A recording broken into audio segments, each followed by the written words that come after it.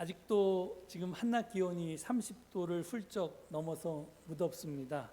하지만 입추가 지난 지가 이제 조금 되었고요. 그리고 이제 다음 주에 바로 처서를 앞두고 있습니다. 그래서 그런지 이제 해가 넘어가면 그래도 살만해졌습니다. 이번 여름은 누구나 기후 위기를 피부로 느낄 만큼 무더워서요. 더위를 견디는 것만도 참 힘들었습니다. 그래서 올여름에는 제가 될 수 있으면 증언을 쉽게 하려고 했습니다. 무더위에 교회 오시는 것만도 힘이 드는데 오셔서 어렵거나 골치 아픈 설교를 들으면 힘이 더 드실 것 같아서 그렇게 했습니다. 그런데 이제 좀 선선해지고 기도했고 또 지난주에 있었던 일 때문에 제가 도저히 더 이상 그렇게 설렁설렁한 설교를 할 수가 없는 지경에 이르렀습니다. 그래서 좀 양해를 구합니다. 윤 대통령의 그 8.15 경축사를 듣고 너무 열을 받아서 제가 이 뚜껑이 열렸는데요. 이 경축사에 대해서 6.15 공동선언 실천 남측위원회 경남본부가 제 마음을 대변하는 이 5글자 논평을 냈습니다. 욕도 아깝다. 정말 욕도 사치다라는 댓글이 그 밑에 막 달렸는데 이건 뭐 도대체 뭘 하나하나 뜯어서 논평하기에 너무 기가 막혀서 이 광복절 경축사라고 하기에는 너무 일본을 찬양하고 그리고 우리 국민들은 뭐 저는 이제 그 뭐라 그러죠? 공산 전체주의 뭐 그런 세력에 뭐 지금은 이제 수괴 정도 될 것 같습니다. 제가 그래서 하여튼 여러분들도 다 그런 부류에 해당되는 사람으로 다 매도당했습니다. 하여튼 천주교 정의구현 전국 사재단이 지난 3월 20일에 전주 풍남문을 시작으로 해서 전국 14개 교구에서 총 16차례에 걸쳐서 월요 시국 기도회를 진행해 왔습니다. 그리고 지난 월요일 14일에 서울 숭례문에서 월요 시국 기도회 폐막 미사를 봉헌했습니다. 거기서 발표된 성명서 제목이 이것이 인간인가였습니다. 누구를 지칭하는지 아시겠죠?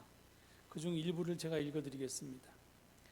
사람들이 물에 떠내려가든 말든 호화 쇼핑을 즐기고 사람들이 뭐라고 하든 말든 노선을 변경해서 사익을 챙기는 탐심, 거슬린다 싶으면 벌컥 화부터 내고 파렴치에 범법자로 몰아 잔인하게 짓밟아 버리는 진심, 이 진심은 성내는 마음을 뜻합니다.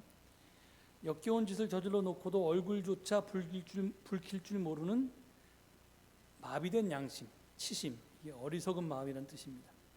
그의 세 가지 독한 마음이 하늘과 땅, 사람을 어지럽히고 더럽히고 괴롭히고 있다.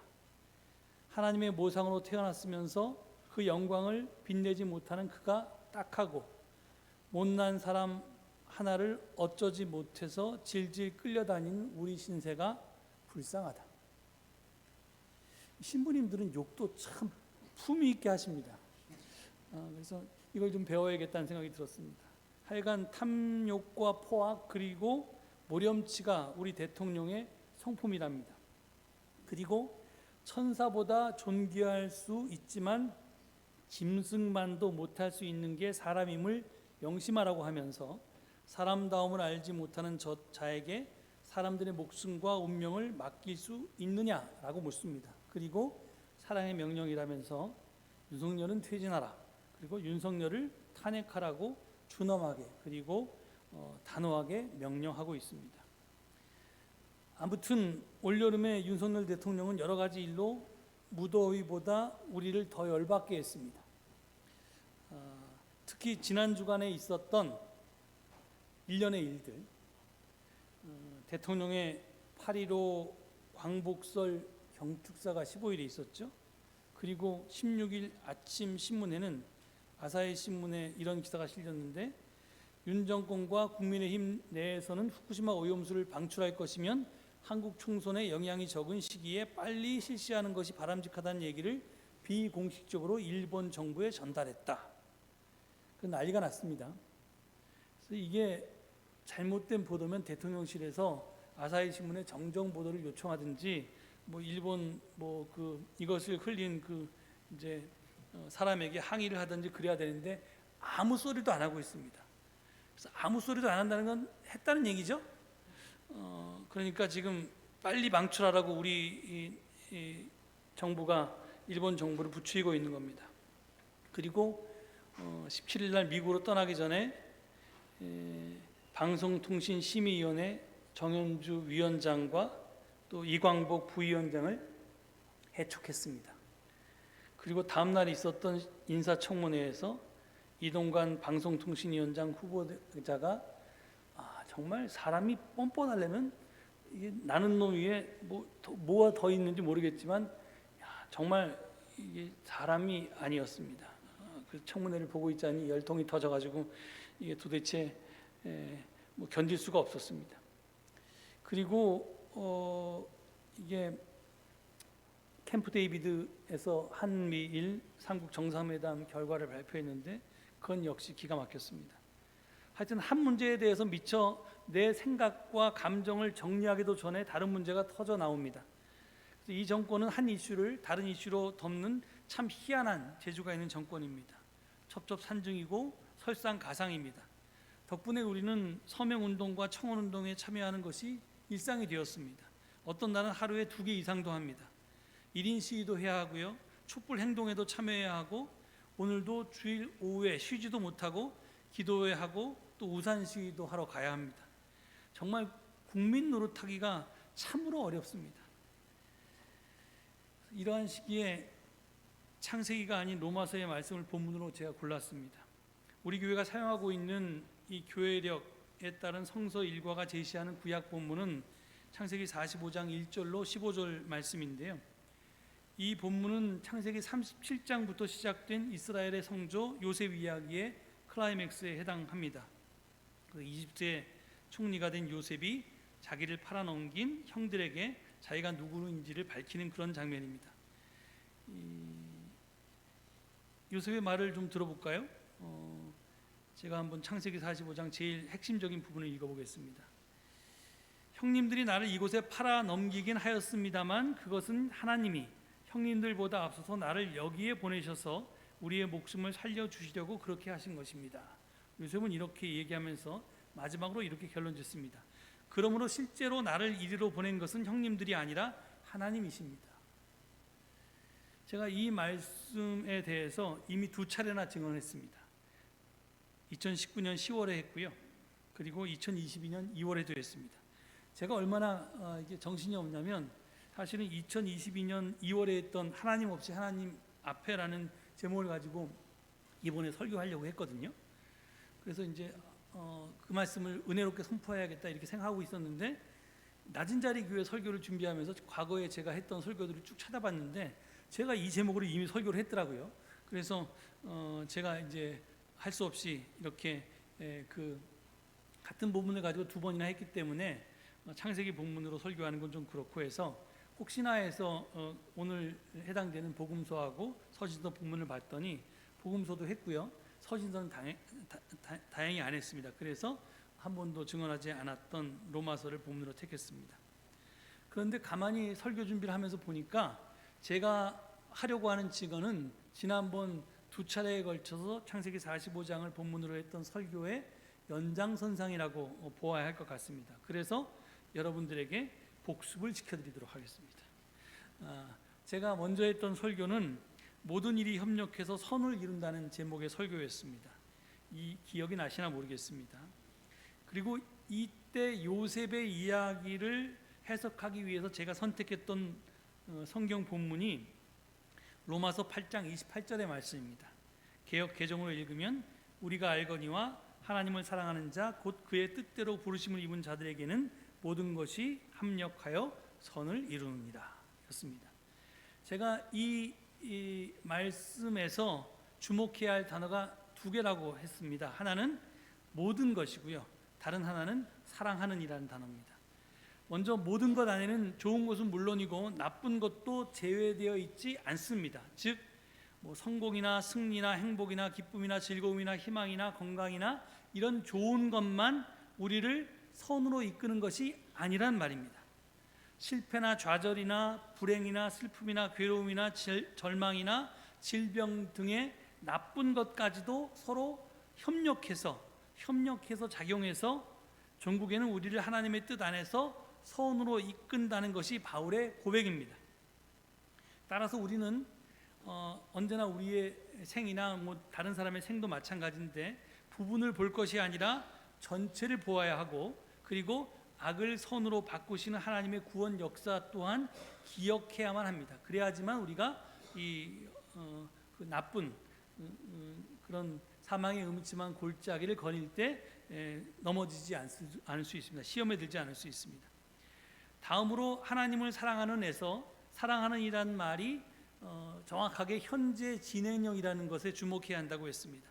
이것은 현재 진행은 뭐냐면 과거로부터 지금까지 계속해서 진행되어 있다는 겁니다.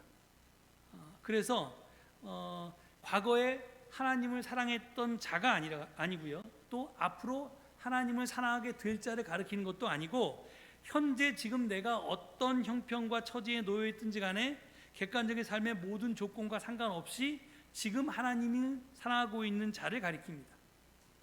그래서 그가 비록 지금 고난 중에 있을지라도, 그리고 그 고난을 내 머리로는 도저히 이해할 수가 없을지라도, 그런데도 한결같이 그럼에도 불구하고 하나님을 사랑하는 자, 사랑할 수 있는 자를 지금 바울은 가리키고 있습니다. 그리고 실제 요셉이 바로 그런 신앙의 사람이었던 것입니다. 그리고 제가 작년 2월에 하나님 없이 하나님 앞에라는 제목의 설교를 했을 때 제가 여러분께 주목하고자 하라고 했던 것은 뭐냐면, 하나님이 그 아버지 야곱과 달리 단 한 번도 요셉 앞에 가시적으로 나타난 사실이 없다는 것을 우리가 기억해야 한다고 했습니다. 야곱은 꿈에서 하나님을 보았고요, 하나님의 목소리도 들었고요, 또 심지어는 하나님과 씨름하기까지 했습니다. 그런데 요셉은 그런 체험이 전혀 없습니다. 이렇듯 요셉은 하나님의 현존을 체험하지 못했으면서도 하나님이 언제나 함께 하신다는 사실을 단 한 번도 의심해 본 적이 없는 사람입니다. 보네포 목사님은 요셉과 같은 신앙인을 하나님 없이 하나님 앞에서 산 신앙인이라고 그렇게 말합니다. 실로 요셉은 하나님이 안 나타났으니까, 보이지도 않고 들리지도 않고 하나님을 만난 적도 없으니까 당연히 하나님이 없는 거나 마찬가지였습니다, 요셉에게. 그런데도 그는 하나님에 대한 믿음의 끈을 놓지 않았습니다. 중대한 위기와 극심한 환난 속에서도 그는 하나님을 신뢰했습니다. 요셉이 보여준 이러한 태도는 비록 그에게 하나님은 없었지만 늘 하나님 앞에서 살고 있음을 보여줍니다. 그는 고통 중에 있다고 해서 하나님을 원망하지 않았고요, 축복을 누리고 있다고 해서 교만하지도 않았습니다. 실로 그는 하나님 없이 하나님 앞에서 살았습니다. 근데 보네포 목사님이 어떤 말을 했냐면, 어른이 된 세상에서 하나님 앞에서 하나님 없이 사는 기독교 신앙에 대해서 말합니다. 이는 하나님을 신뢰하고 믿되 하나님에게 뭔가를 해달라고 조르지 않고 그런 기대도 하지 않고 사는 것을 가리킵니다. 하나님 없이 하나님 앞에서 산다는 것은 바로 이런 것인데요, 보네포 목사는 하나님이 해주기를 바라는 바로 그것을 우리가 직접 해야만 한다고 말합니다. 왜? 왜 우리가 그래야 되는가? 왜 우리가 하나님이 하셔야 될 일을 우리가 직접 해야 되는가? 마치 우리가 하나님이 된 것처럼 그렇게 살아야 된다는 겁니다. 내가 하지 않으면 심지어는 하나님도 하지 않으실 거라고 믿고 내가 하나님인 것처럼 행하는 것, 바로 이것이 하나님 앞에서 하나님 없이 산다는 말의 의미라고 그는 풀이합니다. 이것이 우리더러 하나님이 되라는 명령인가? 그건 아닙니다. 하나님이 지금 이 땅에 계시면 당연히 하셨을 것 같은 일을 지금 내가 해야 한다는 것입니다. 그것이 어른이 된 세상에서, 어른이 된 세상을 관리하는 일을 하나님께서 어른이 된 나에게 맡기셨다고 믿기 때문에 나는 그렇게 산다는 겁니다. 그래서 하나님 없이 하나님 앞에 라는 말을 보네포 목사는 그렇게 썼죠. 기독교의 비종교화라는 말도 썼습니다. 굉장히 신학적으로 어려운 개념이지만 하여튼 우리가 여러분 대부분 아마 그러실 텐데 이 복음주의 계통이나 근본주의 계통 교회에서는 맨날 통성 기도하고 뭐 찬양하고 그러면서 열광적으로 기도하면서 하나님 체험을 합니다. 어떤 식이든지 간에. 그 내가 하나님을 만났다는 사람도 있고 꿈에 나타났다는 사람도 있고 하나님의 계시를 받았다고 주장하는 사람도 있는데 이게 기장교회에서 그런 사람 찾아보기 힘듭니다. 우리가 너무 이성적으로 믿거든요, 하나님을. 그러니까 하나님이 안 보여요. 하나님의 음성도 안 들립니다. 하나님이 내가 아무리 울부짖어도 만나주시지도 않습니다. 그런데 그게 실제적으로 그런데 그럴 때 그럼에도 불구하고 우리가 하나님 없이 하나님 앞에서 사는 신앙인의 태도는 그런 하나님 없는 세상에서 하나님이 존재하지 않는 것 같은 세상에서 내가 하나님을 대신해서 하나님의 일을 하는 것이라고 그렇게 얘기합니다. 그래서 제가 그때 설교를 어떻게 매듭지었냐면 이렇게 말씀드렸습니다. 뭔가를 해달라고 하나님에게 빌지 않고 우리 스스로 할 수는 없습니까? 하나님이 여기 계셨으면 하셨을 일을, 하나님이 우리가 놓인 상황에 계셨으면 분명히 하셨을 일을 우리가 할 수는 없습니까? 이것은 기독교인으로서 어른이 되는 것입니다. 우리가 아니면 하나님은 아무것도 하실 수 없다는 믿음으로, 그래서 역설적으로 우리의 삶 속에는 하나님이 안 계신다고 생각하고 하나님이 하셨을 일을 우리 자신이 하는 것, 그 일을 없이 계신 하나님 앞에서 하는 것, 그것이 바로 어른이 된 세계에서 어른 기독교인으로 사는 방법입니다. 이게 사실은 보넬포 목사님이 아주 중요한 신학 사상이었습니다. 앞서 소개한 월요 시국 기도의 폐막 미사에서 발표된 성명서에도 이런 규절이 있습니다. 울고 불고 매달리며 하나님을 부려먹는 고약한 짓도 그만두기로 하자. 신앙의 모순도 거기에 있다. 하나님이 바라시는 바는 우리가 역사의 주인이 되어 스스로 구하고 찾고 두드려서 이룰 것을 마침내 이루는 것이다. 즉 천주교 정의구현 전국 사대단이 하고자 한 말도 보넬포 목사님의 말과 똑같이 어른이 된 세상에서 하나님 앞에서 하나님 없이 사는 기독교 신앙입니다. 이는 제가 몇 주 전에 야곱의 혼인 이야기를 다룬 이러실 수가 있습니까? 라는 제목의 설교에서 한 말이기도 합니다. 제가 그때 이런 말을 했습니다. 때론 하나님이 우리와 함께 하시지 않고 우리 문제에 개입하지 않는다고 느껴질 때도 있습니다. 하지만 하나님은 침묵 속에서도 부재 속에서도 당신 방법대로 일하고 계십니다. 그러니 우리는 하나님 신경 쓰지 마시고 그저 우리가 해야 할 일을 묵묵히 하면 됩니다. 이게 기독교인의 태도입니다. 이것이 그때 증언의 주제였습니다. 사실 오늘 하려고 하는 말도 이와 다르지 않습니다. 오늘 증언 제목을 은혜와 부르심은 철회되지 않는다라고 했습니다. 이 말은 본문 29절에서 가져온 것인데요. 비록 로마서 11장에서 바울이 간심하고 있고 또 말하고자 하는 바는 다른 겁니다. 이 말, 은혜와 부르심은 철회되지 않는다는 말이 이 전체 11장의 핵심적인 건 아닌데, 그런데 그래서 이걸 설명하려니까 지금 이제 이게 복잡하기도 하고, 하여튼 뭐 오늘 제가 하려고 하는 얘기가 안 맞아서 본문을 바꿀까도 생각했는데 이제 그냥 이 규절만 제가 붙들고 여러분께 말씀드리기로 했습니다. 이 은혜와 부르심은 철회되지 않는다는 말 자체는요, 바울이 로마서에서 내가 생각하는 복음이 뭐냐, 내가 생각하는 기쁜 소식이 뭐냐, 라는 것을 아주 간결하게 표현한 말이 바울의 용어가 뭐냐면 은총에 의해 믿음으로 의롭게 된다는 말입니다. 이 말과 아주 깊이 연관되어 있습니다.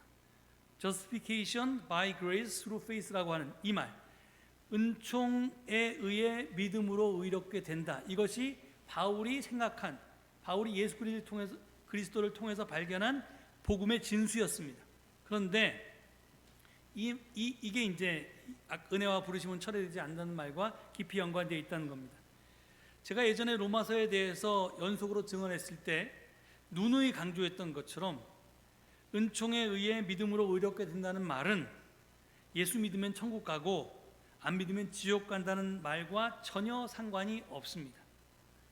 이 말은 우리 자신이 어떻게 변화가 되고 우리가 사는 이 세상을 어떻게 변화시킬 것인가에 관한 말입니다. 그래서 바울의 관심은 언제나 현세에 있었지 내세에 있지 않았습니다. 제가 로마서의 큰 주제가 한마디로 말하면 이 세상 속에서 하느님의 꿈을 어떻게 실현할 것인가 였다고 했습니다. 하나님의 꿈은 하나님의 의가 하나님의 뜻이, 하나님의 정의가 하늘에서만 실현되는 것이 아니라 땅에서도 실현되는 것을 뜻합니다. 하나님의 꿈은 죄와 불의로 고통받는 인류를 먼 미래 이 세상에서 저 세상으로 데려가는 것이 아닙니다. 인류를 지금 여기에서 죄와 불의에서 해방하는 것입니다. 근데 바울은요, 그 방법이 은총에 의해 믿음으로 의롭게 되는 것에 있다고 보았습니다. 제가 이 말을 여러분께 과거에 설교를 했는지 안 했는지가 잘 기억이 안 나는데, 여러분이 여태까지 교회에서 들었던 말은 나는 죽을 수밖에 없는 죄인인데 예수 그리스도의 대속의 은혜를 통해서, 그 은총에 의해서, 그리고 예수 그리스도가 나를 대신해서 죽었다는 걸 믿으면 내가 의롭지 않은데도 불구하고 하나님이 의롭다고 쳐주셔서, 여겨주셔서, 그렇게 나를 부정 입학시켜 주셔서 천국에, 그래서 나를 천국행 구원 열차에 태워주신다. 이게 이제 사형리에서 주장하는 말입니다. 이 은총에 의해서 믿음으로 의롭게 된다는 말을 예수 믿으면 천국 가고 안 믿으면 지옥 간다라고 이렇게 해석해 왔습니다. 이게 기독교가 여태까지 여러분의 귀에 못이 박히도록 들었던 얘기입니다. 근데 그게 아닙니다. 바울이 얘기한 것. 그게 아니라 이 불의한 세상을, 이 잘못된 세상을 어떻게 하나님 나라로 바꿀 수 있냐? 그 방법이 은총에 의해 믿음으로 의롭게 되는 것에 있다고 바울은 이야기합니다. 이게 바울이 말하는 복음이고 기쁜 소식이고 굿뉴스입니다. 그렇다면 이 말이 말하고자 하는 구체적인 뜻은 뭘까요? 정확한 의미는 뭘까요? 몇 가지 전제가 있는데요. 첫째, 성경에서 의와 정의는 동의어라고 제가 말씀드렸습니다. 따라서 바울이 말한 의롭게 된다는 말은 정의롭게 된다는 말로 바꿔 읽을 수 있고 또 바꿔 읽어야만 합니다. 두 번째, 은총과 은혜 그리고 선물은 그리스어로 똑같은 단어를 씁니다. 카리스입니다.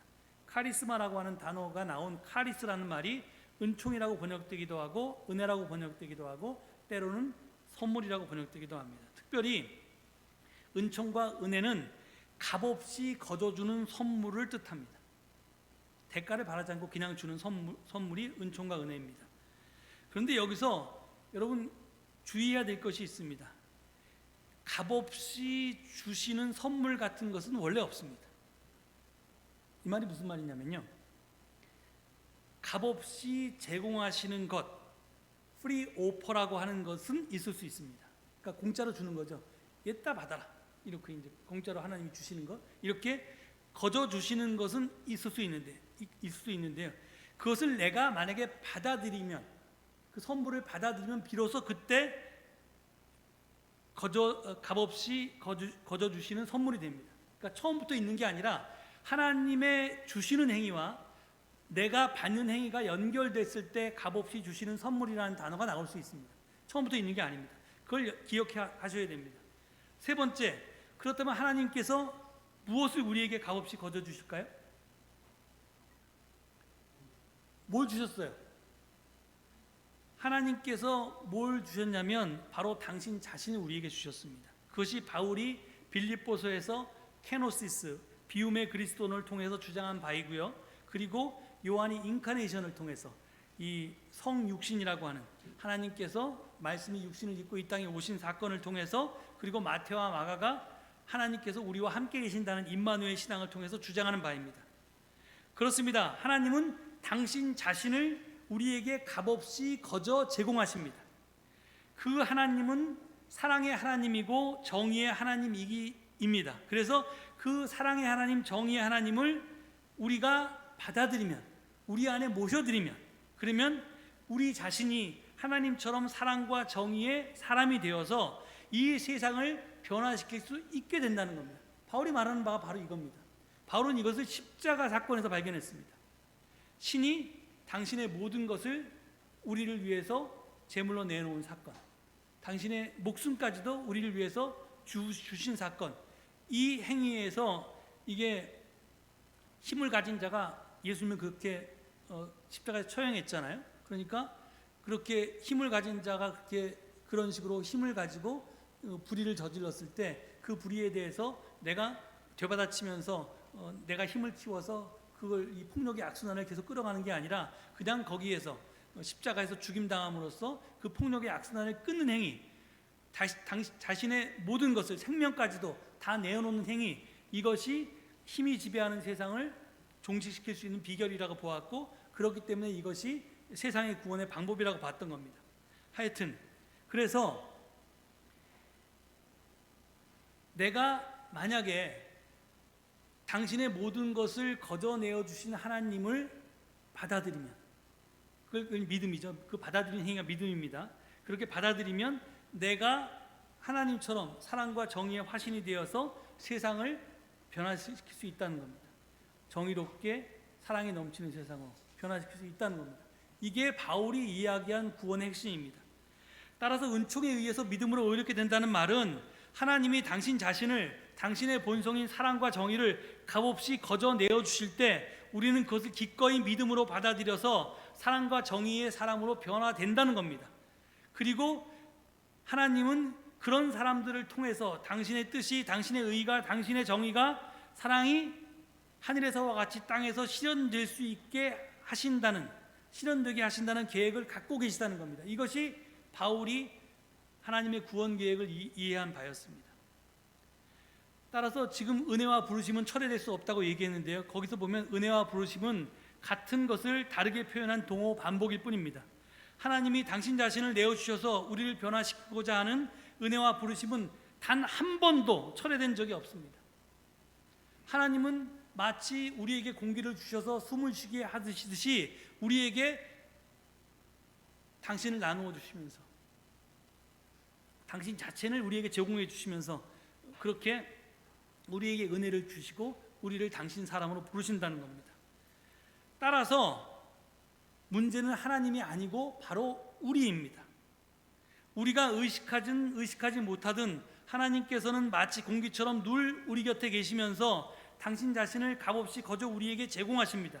단지 우리가 그 사랑과 정의를 받아들이면 됩니다. 그런데 그래서 받아들여서 하나님처럼 되면, 하나님의 정의와 사랑으로 무장하면 내가 하나님이 꿈꾸는 사랑과 정의가 넘치는 세상을 만드는 데 같이 하나님과 동역하면 됩니다.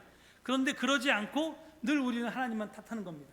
하나님은 왜 침묵하시나? 하나님은 왜 가만히 계시나? 하나님은 왜 개입하지 않으시나? 지금 우리나라가 이 모양 이 꼴인 이유가 뭡니까? 하나님 때문입니까? 아닙니다.